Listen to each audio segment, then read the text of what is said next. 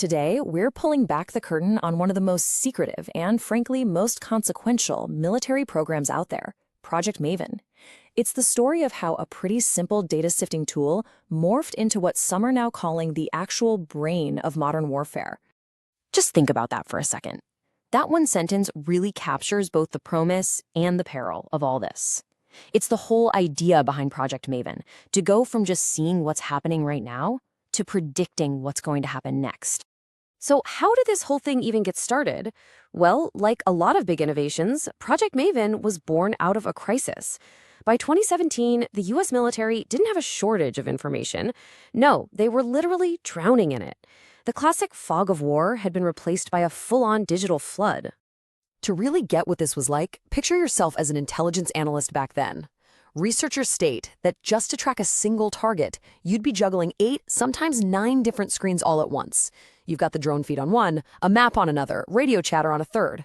It was an impossible task for any human brain. They called it the 8-screen nightmare.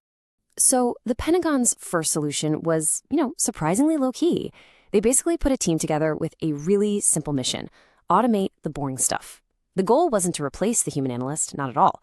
It was just to help them out, to build a tool that could scan thousands of hours of drone footage so a person could finally focus on what actually mattered.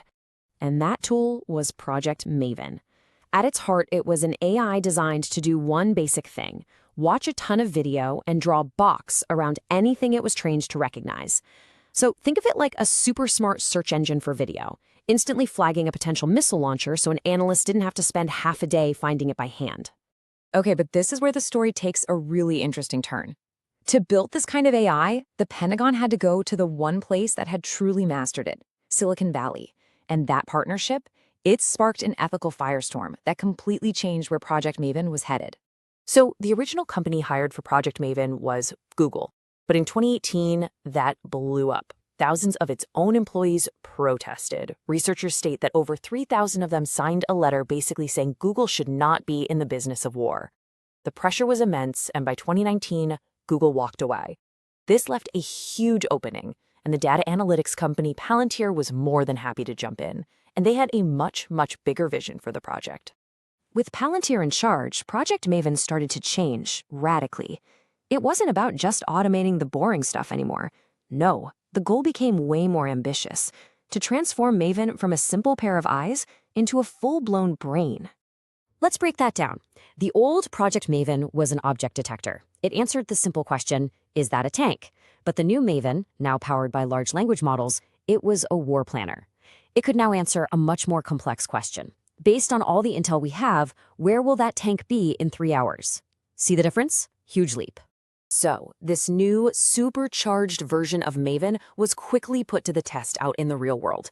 And while its speed and its power were absolutely undeniable, they would soon come at a devastating and very human cost. During a conflict in 2026, codenamed Operation Epic Fury, Maven's power was completely unleashed.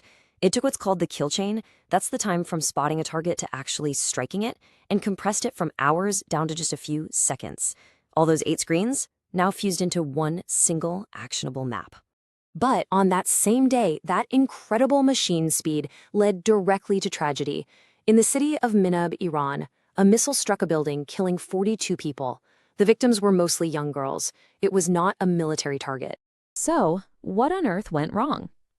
Well, the AI was fusing all these different data sources, but there was a flaw. The building it targeted had been a naval compound, but that was according to a map from 2013. In the live reality of 2026, it was the Shajare Tayyeba Girls' School. The AI in its hunt for targets likely hallucinated, which is when an AI confidently presents false information as fact that the old, outdated data was still true. And this is a perfect and terrible example of a dangerous psychological trap called automation bias. See, when a system flags a target with high confidence, a human operator who is under immense pressure to act at machine speed is way more likely to just trust the AI's recommendation than to stop and question it. They hit confirm without taking a second to check the live feed for, say, school buses. The tragedy in Minabalab just rips the lid off the central dilemma of this new era of warfare. The official line is that there's always a human in the loop, but what does that really mean when the loop is only a few seconds long? On the one hand, AI warfare offers incredible speed and keeps your own soldiers safe. But on the other hand, it creates what researchers are now calling an accountability gap. Because when that decision cycle is squeezed down to just seconds, the human operator isn't really making a thoughtful decision anymore. They're just becoming a rubber stamp for the machine. And all of this leaves us with the fundamental, and so far, completely unanswered question of our time. As we keep building faster, smarter, more autonomous systems of war, if the algorithm makes a fatal mistake, who is responsible? Is it the person who wrote the code, the general who gave the order, or is it the machine itself? As we race into this future, that's the one question we can't afford to ignore.